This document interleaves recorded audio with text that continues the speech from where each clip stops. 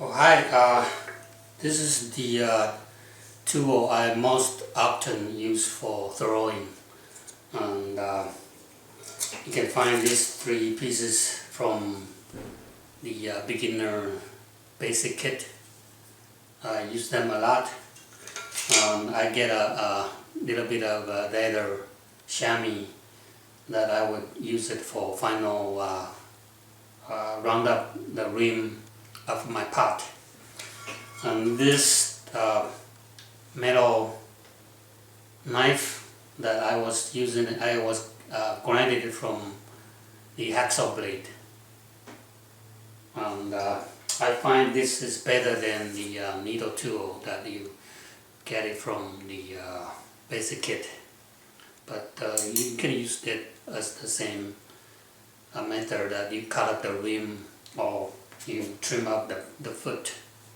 That's what I used for this metal knife.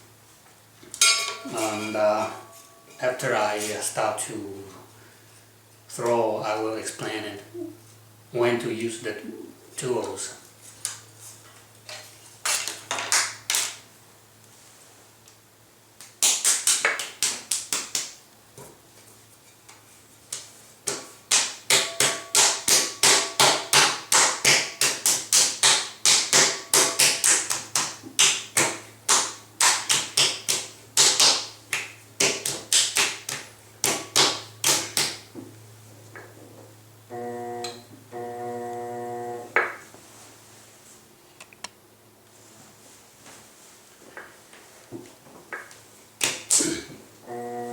And people ask me when I'm sandering, do I sander the large amount of clay is the same as when I throw in the smaller amount of clay? It's a little bit different.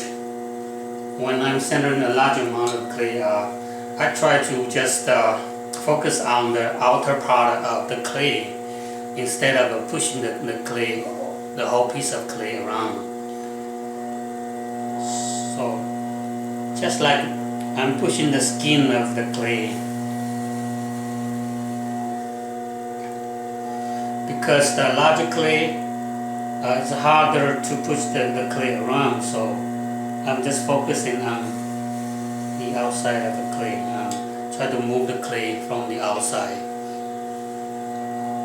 But the basic technique, like you want to slippery, you want to spin your wheel a little bit faster, you want to find a very good support, they should be the same.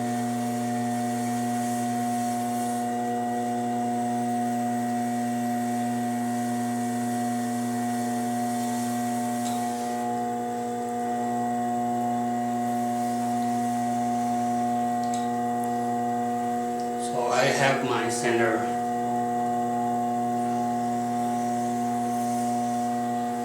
and now I'm going to dig a hole from the middle.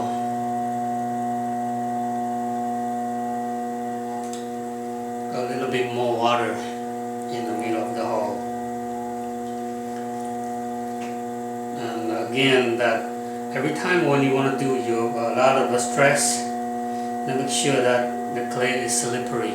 So either add water to the clay or add a slip to the clay.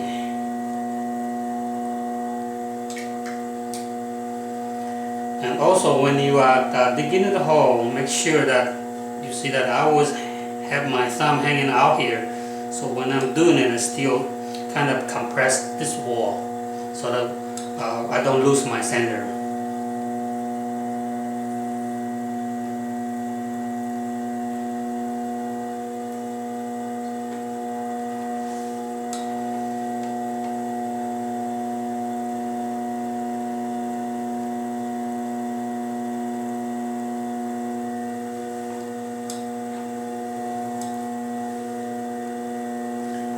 And make sure the bottom is compressed enough.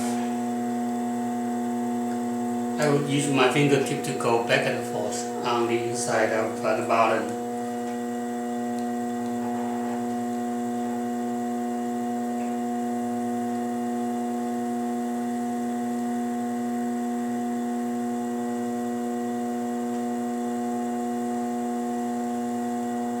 So after I finish digging my hole, because I usually like to throw my cylinder as tall as I can, and then start to stretch, start to shape from there.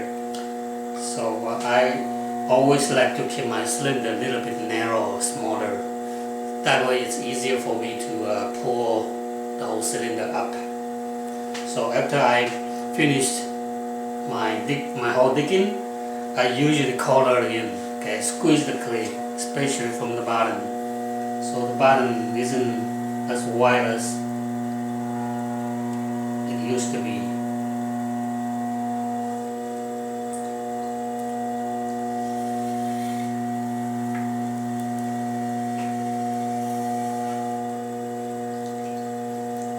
So to make my cylinder narrower,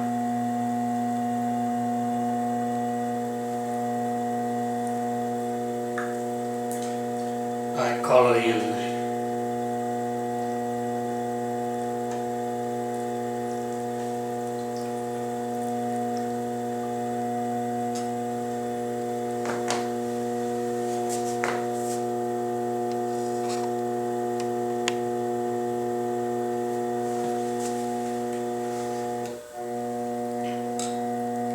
before I lift it up.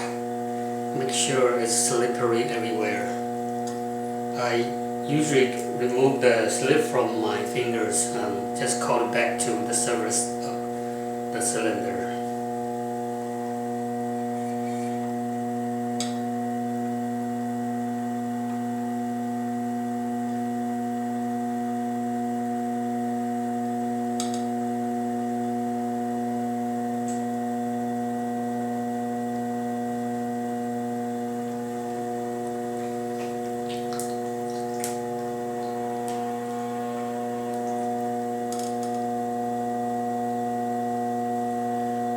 Every lift, I usually like to compress the rim a little bit, so you can see that I'm using my finger to hold it on the rim.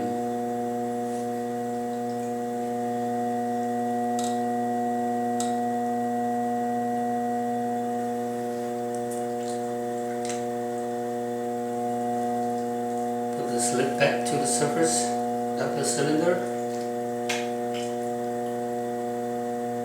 On the inside of the cylinder.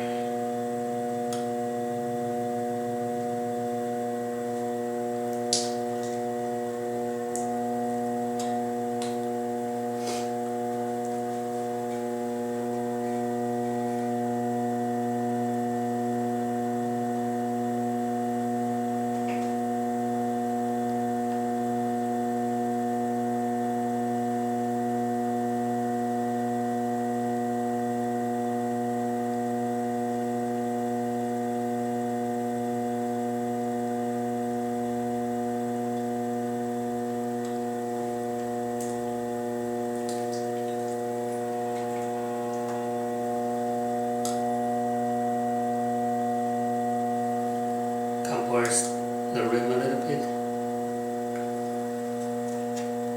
So there's an air bubble, so I like to pop it up before I keep on pulling it up further.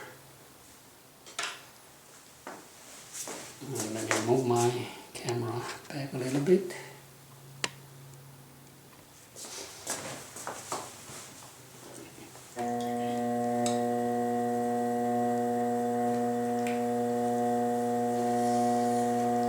Okay, and slippery.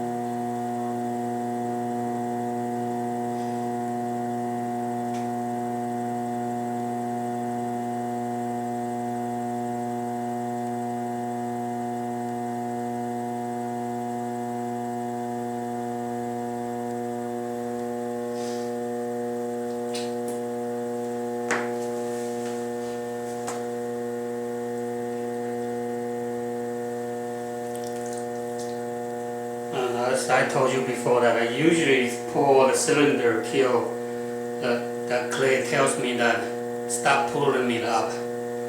And this is the when to stop pulling up, because you see that this part here, the clay start to wobble a little bit.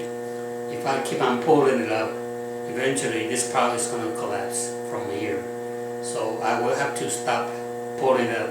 Instead, I'm going to shape it.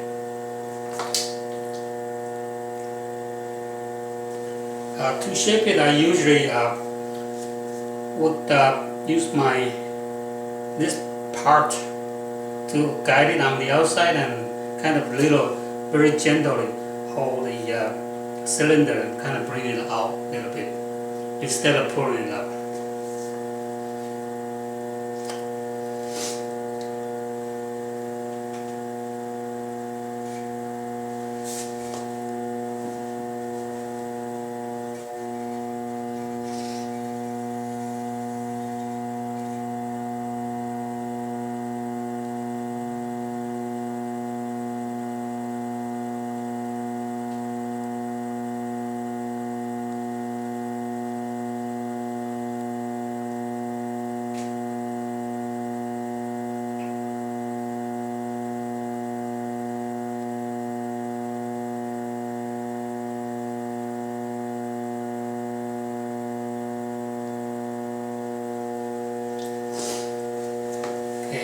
Now I get to use my first tool, this wooden rib. The reason I'm using it is I want to remove the throwing mark. Also, I want to compress the wall a little bit. So this is when I'm using the wooden rib.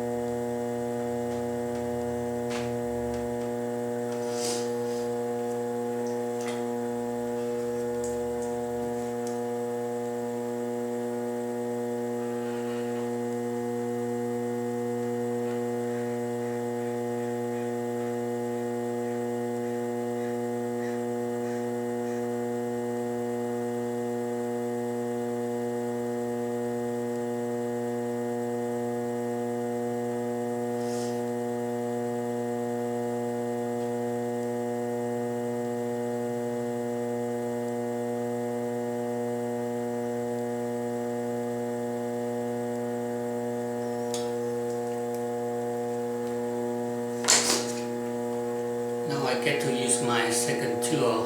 This is the wooden knife. I usually use it for cutting the foot.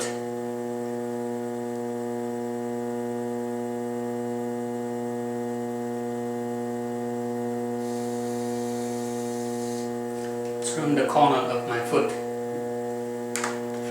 And then use this metal knife to undercut. Cut it off.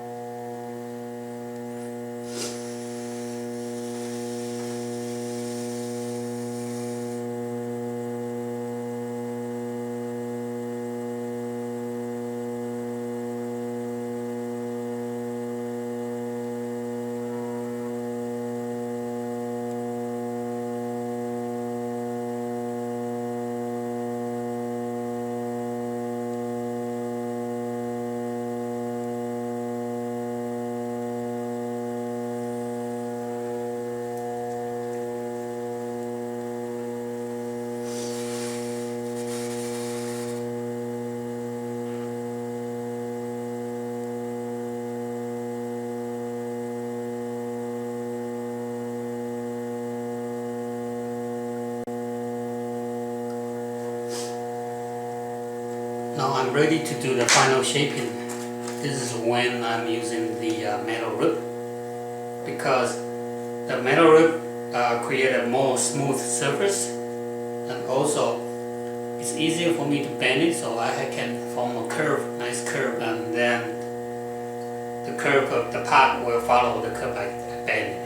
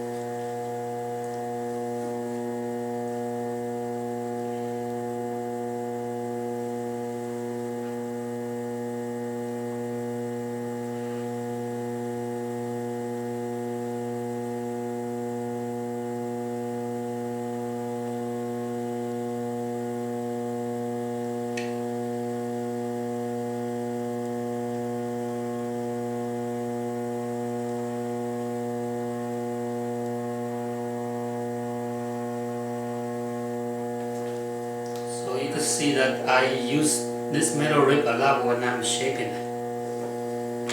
And make sure the bottom portion is good enough, nice form, and then you start to work on the rim, on the mouth.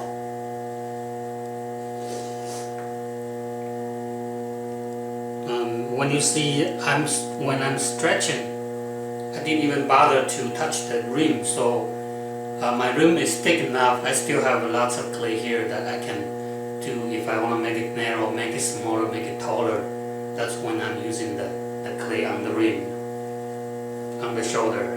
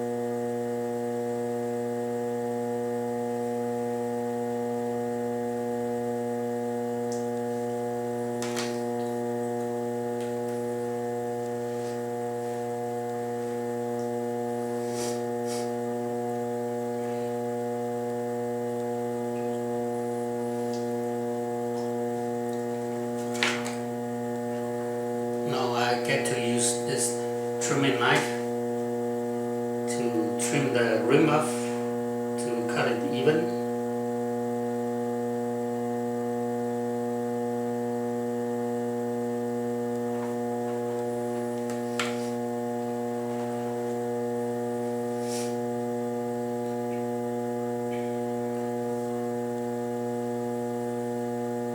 People ask me why then when they are closing it up, you get a kind of a wrinkle of the rim.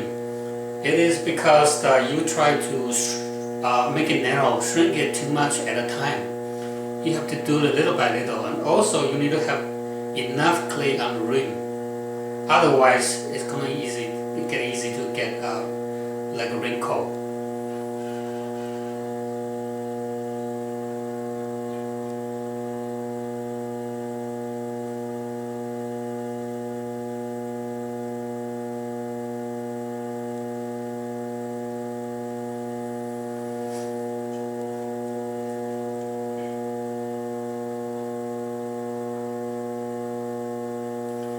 And after you bring it in a little bit, you want to compress a little bit, throw a little bit.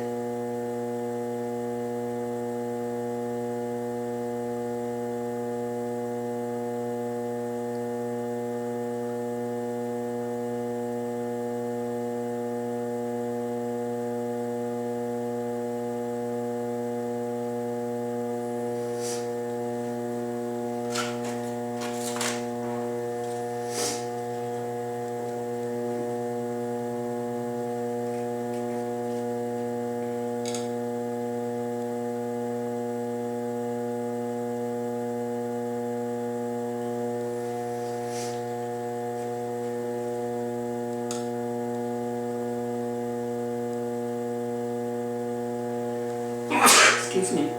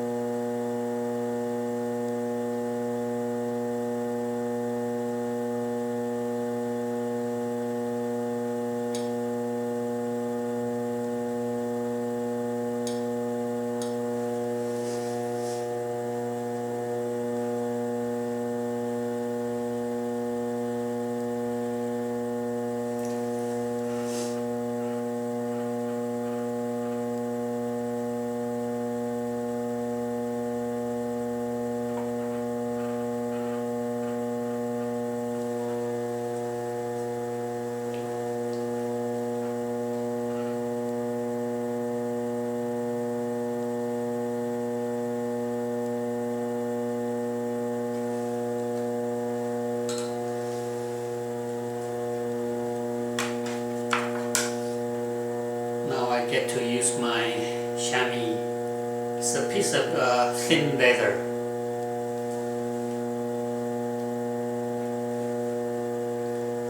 That you just wrap around the rim and you can get your rim nice and smooth.